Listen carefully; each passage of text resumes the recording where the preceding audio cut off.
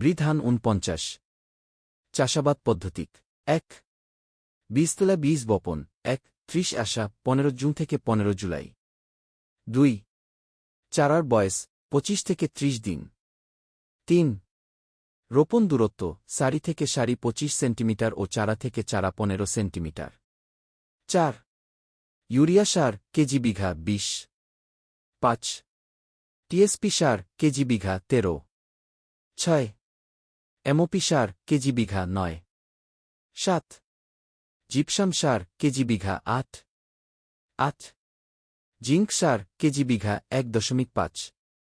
৯ সার প্রয়োগ পদ্ধতি ইউরিয়া সার সমান ৩ কিস্তিতে জমি তৈরির শেষ পর্যায়ে রোপণের ২০ থেকে ৩০ এবং ৪০ দিন পর প্রয়োগ করতে হবে।